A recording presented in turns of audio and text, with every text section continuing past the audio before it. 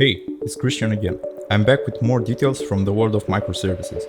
If during the first video we covered general information, we're now going to dig a little deeper from the inter-service communication to data management in microservices application.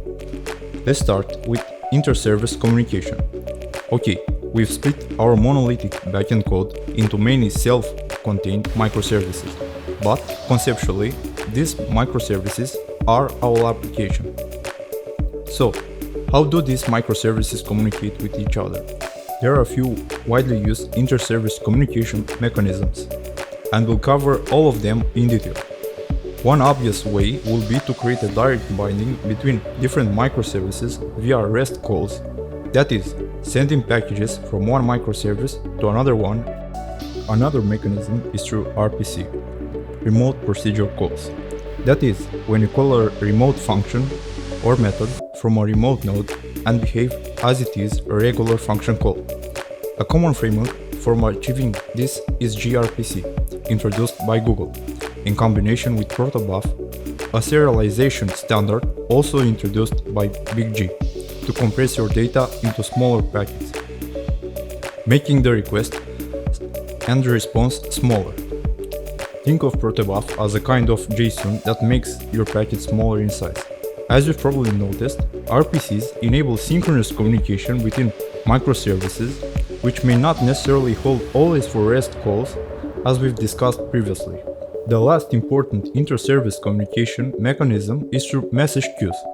I think you've already heard buzzwords like Kafka, SQS, or RabbitMQ. Basically, now you'll have a message queue node in your service, and the microservices will write a message under a topic in the queue, and another microservice which subscribes to that topic will be notified. This is an asynchronous communication mechanism that also has the advantage that you are no longer needed to write custom adapters for direct calls between the services. Besides, now your service will be loosely coupled. One microservice won't be necessarily aware of who its consumers are. It is the job of the broker to deal the messages to subscribers.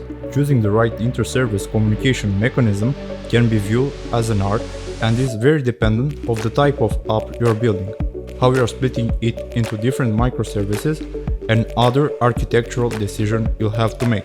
Moving on to data management in microservices application.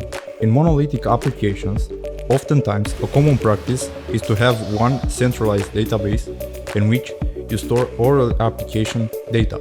In the context of microservices, this can have a few disadvantages. 1. It is a single point of failure. It creates performance bottlenecks due to heavy traffic directed from all your services to a single database. And last but not least, it creates a tight coupling between your microservices as they share the same database. A common practice in microservices architecture is that every microservice has its own database. Having a database per microservice gives us a lot of freedom when it comes to microservice autonomy. For instance, microservices owner can modify the database schema as per business requirements without worrying about external consumers of the database. There's nobody from the external applications who can access the database directly. This also gives the microservices developer the freedom to select the technology to be used as the persistent layer of your microservices. Different microservices can use different persistent store technologies, as RDBMS or NoSQL, or other cloud services. However, having a database per service introduces a new set of challenges. When it comes to the realization of any business scenario, sharing data between microservices and implementing transactions within and across service boundaries becomes quite challenging. In conclusion, we've tried to cover the fundamental differences between the two architectures. Keep in mind that no one is better than the other. They are just different ways to solve different problems. It is true that the microservices architecture came as a natural evolution of the monolithic architecture in order to optimize the scalability aspect of highly available and highly intensive applications. but it is not a complete replacement for it. I hope that you've learned a few things from this video and that I sparked your curiosity for the field of distributed applications. Keep your skills sharp and don't forget to subscribe for more technical content.